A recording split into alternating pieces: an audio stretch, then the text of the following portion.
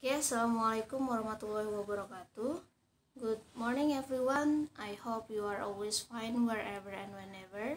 Oke, kembali lagi dengan Ibu di mata pelajaran bahasa Inggris. Oke, for this time I would like to give a lesson about text descriptive. Oke, jadi hari ini kita akan belajar yang namanya text deskriptif atau dalam bahasa Indonesia disebut teks deskripsi atau teks untuk menggambarkan sesuatu. Oke, next kita akan mulai. Jadi setelah kalian mempelajari teks deskriptif ini, kalian harus dapat yang pertama mengidentifikasi makna, fungsi sosial, struktur teks dan unsur kebahasaan pada teks deskriptif, sederhana lisan dan tulis tentang tempat wisata dan bangunan bersejarah sesuai dengan penggunaan. Yang kedua, kalian harus dapat menjelaskan isi deskripsi lisan dan tulis tentang tempat wisata dan bangunan bersejarah dengan memperhatikan tujuan komunikasi, struktur teks dan unsur kebahasaan teks deskriptif sesuai konteks penggunaan. Dan yang terakhir kalian harus dapat mendeskripsikan secara lisan dan tulis tempat wisata atau bangunan bersejarah dengan memperhatikan fungsi sosial, struktur teks dan unsur kebahasaan teks deskripsi secara benar sesuai konteks penggunaan. Oke.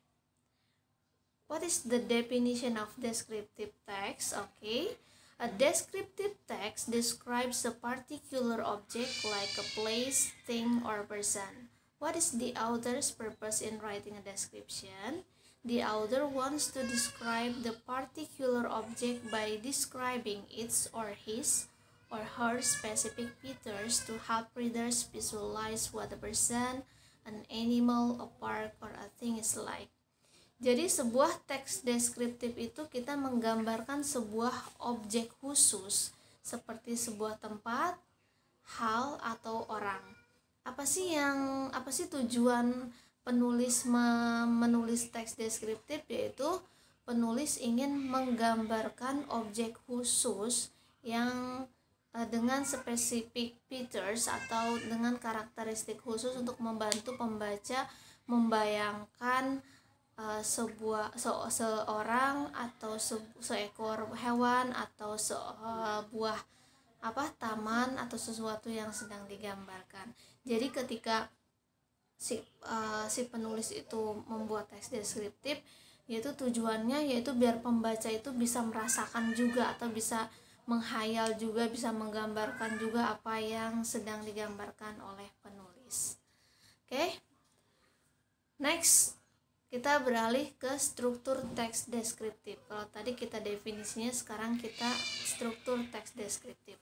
Okay, how is a descriptive text constructed? It starts with an opening paragraph. In the paragraph, there is a topic sentence that introduces the object going to be described. A series of paragraphs follow the opening to describe the parts or the features or the specific characteristics of the subject. Oke, jadi struktur teks deskriptif itu yang pertama diawali dengan paragraf pembuka, di mana paragraf pembuka ini terdapat sebuah topik sentence atau kalimat utama untuk memperkenalkan sebuah objek yang akan digambarkan. Nah, setelah paragraf pertama yang menggambarkan sebuah kalimat utama, paragraf selanjutnya yaitu hanya mensupport paragraf yang pertama. Jadi maksudnya mensupport ini yaitu bagian-bagian yang akan ditonjolkan untuk mendeskripsikan teks tersebut itu dituangkan dalam paragraf kedua dan selanjutnya. Oke. Next, kita beralih ke ciri-ciri kebahasaan. Nah, di sini ciri-ciri kebahasaan dalam teks deskriptif yaitu yang pertama menjelaskan sesuatu atau objek yang spesifik atau khusus. Yang kedua menggunakan simple present tense. Nah, dimana kalau kita menggambarkan sesuatu itu kan kita menggambarkan objeknya itu ada real, jadi dia menggunakan simple present tense. Yang ketiga yaitu menggunakan kata kerja atribut have atau has dan identifying seperti is dan are. Next, kenapa di sini is are? Karena is itu untuk kalau objeknya satu, kalau are itu untuk objeknya jamak. Oke, yang keempat yaitu menggunakan adjektif atau kata sifat dalam mendeskripsikan objek. Nah, kita tahu kalau kita menggambarkan atau mendeskripsikan sesuatu pasti berhubungan dengan karakteristik. Dimana kalau karakteristik itu pasti berhubungan dengan kata sifat atau sifat yang ada dalam objek tersebut. Makanya menggunakan kata sifat. Oke.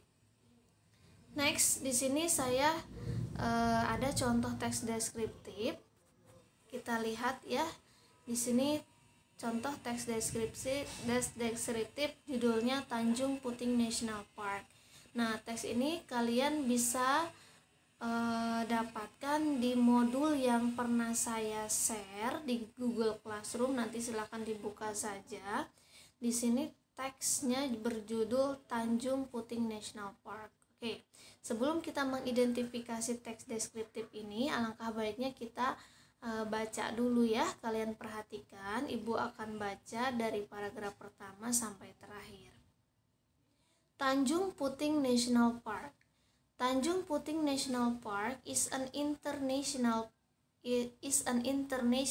famous ecotourism destination which is located in the southwest of central Kalimantan Peninsula.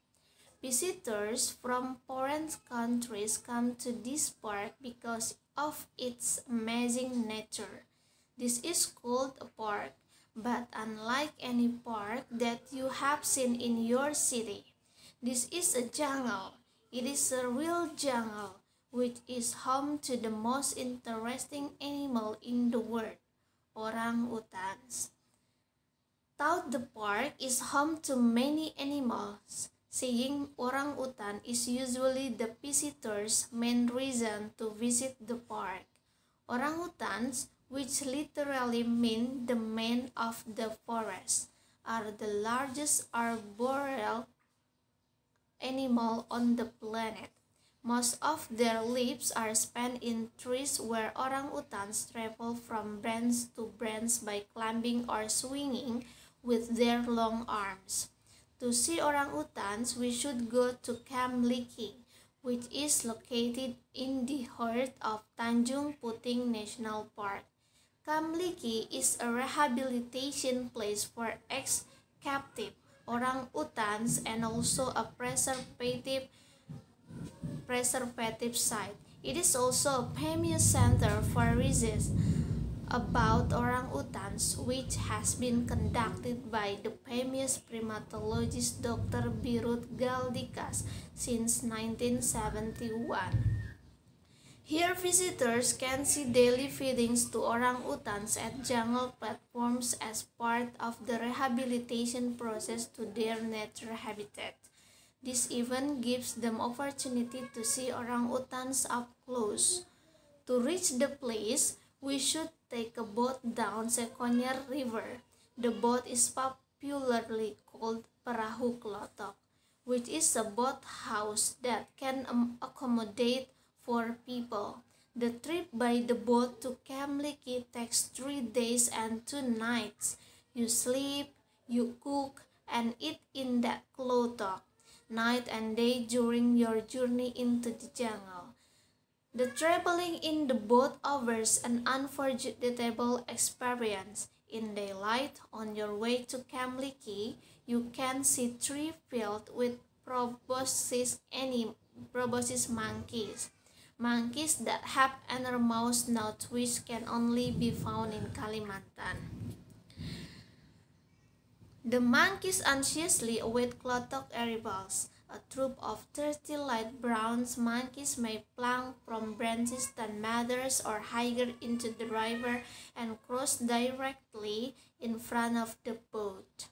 These monkeys know that the boat's engine noise and the threat of its propellers scare crocodiles, which find these chubby monkeys delicious.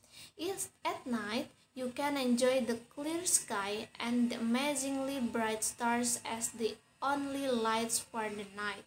With such exotic nature, no wonder many tourists from foreign countries who love ecotourism frequently visit Tanjung Puting National Park. What about you?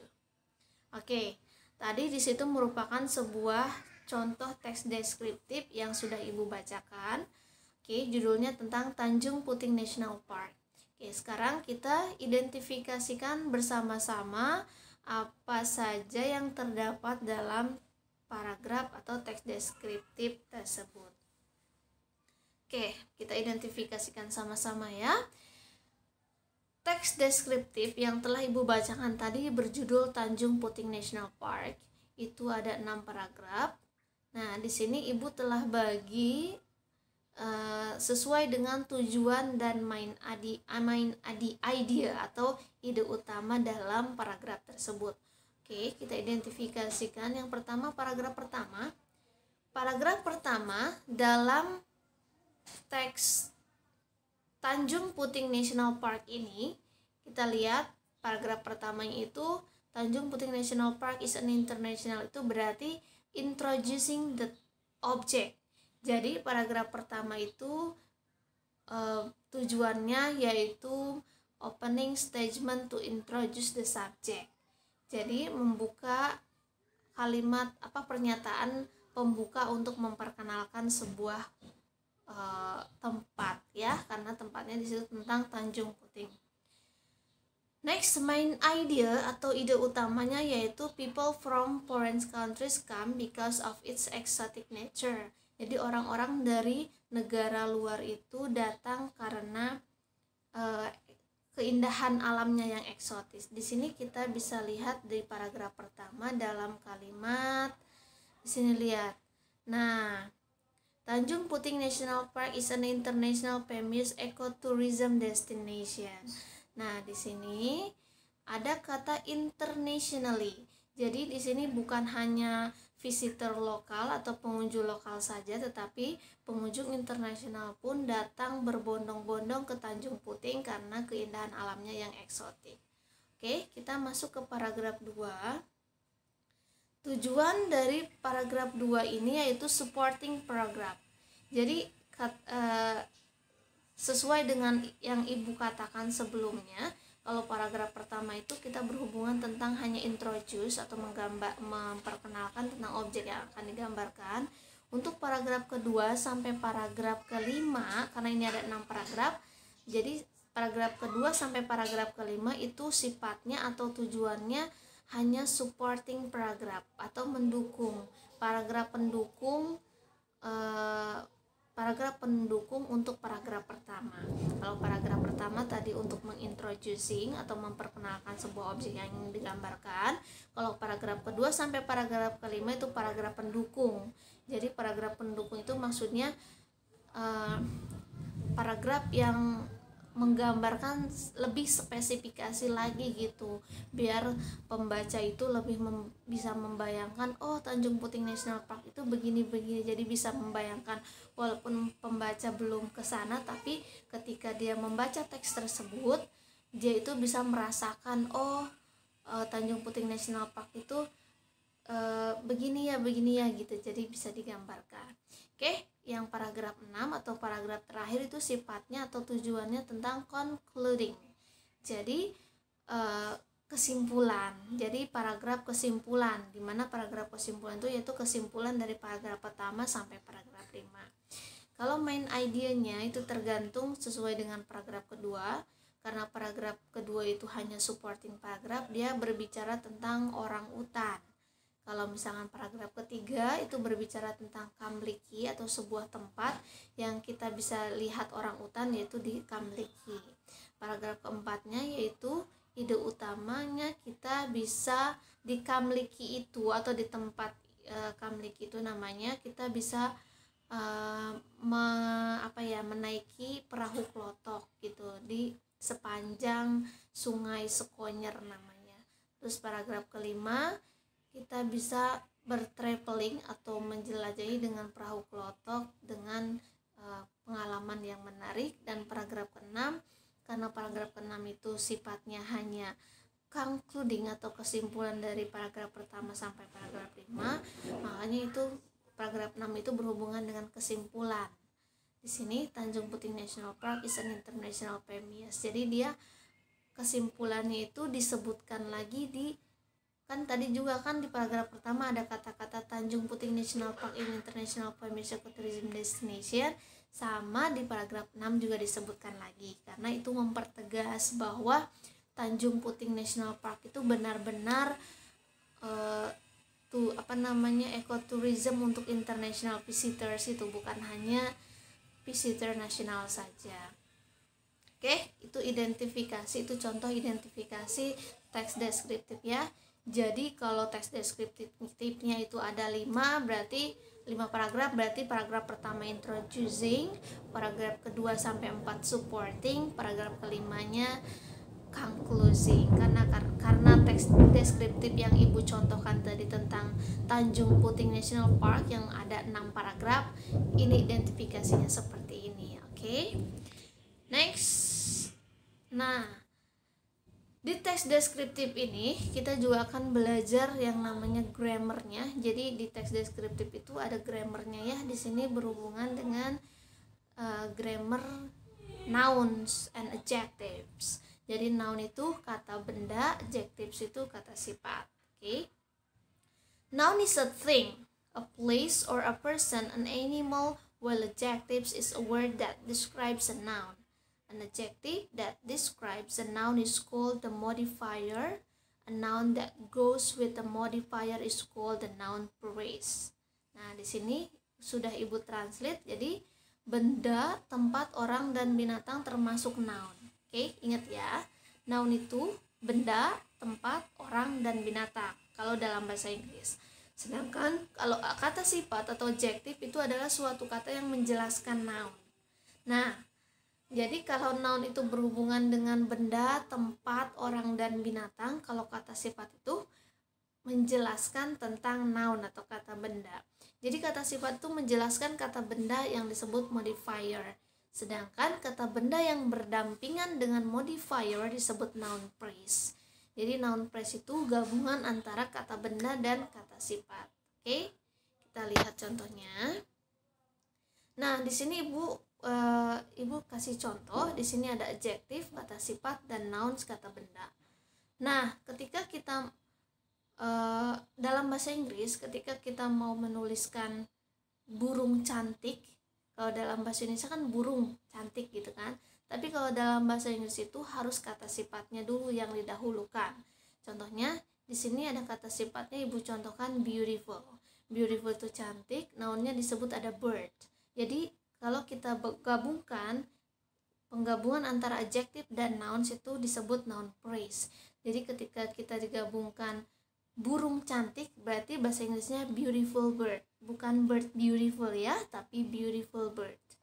Nah, di sini ada unique monkey, berarti monyet unik, berarti noun phrase-nya yaitu kata sifatnya dulu unique monkey. And then ada kata nice dan place. Nice itu termasuk kata sifat, place itu kata benda. Jadi kalau kita gabungkan menjadi noun phrase itu menjadi nice place. Oke. Nah, seperti halnya kita mau membuat kata atau noun phrase laki-laki ganteng, berarti bukan man handsome tetapi yaitu handsome man, sama beautiful girl, seperti itu ya. Oke, jadi kalau noun phrase itu gabungan antara adjektif dan noun, tapi yang disebutkan pertama kali yaitu adjektif dulu, kata sifat, baru kata benda. Itu grammar yang ada di teks deskriptif yang tadi kita pelajari, ada contohnya ya. Oke, next, contoh dalam kalimat. Kalau tadi kan contoh dalam kata ya, noun phrase, sekarang contoh dalam kalimat. Yang pertama contohnya Taj Mahal over spectacular view. Nah, di mana? Coba di mana letak noun phrase yang nomor 1? Oke, noun phrase yang di nomor 1 itu ya adalah spectacular view. Jadi spectacular view itu termasuk noun phrase yang terdiri dari adjektif dan noun.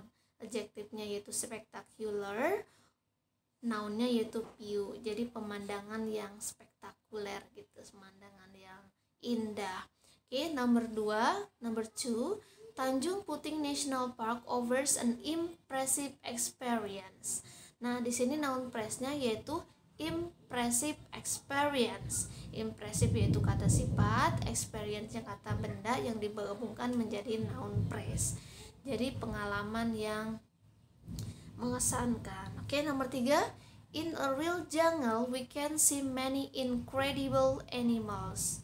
Incredible animals itu termasuk noun phrase. Jadi gabungan antara kata sifatnya incredible, animals-nya itu yaitu kata benda.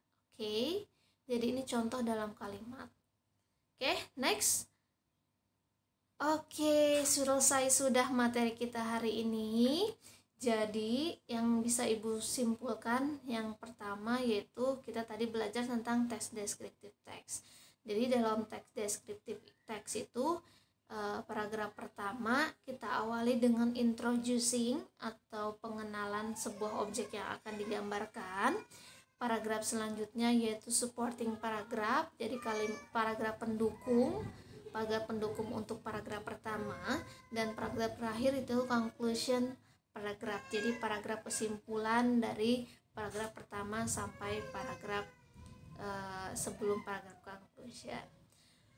Untuk grammarnya tadi ada noun phrase dalam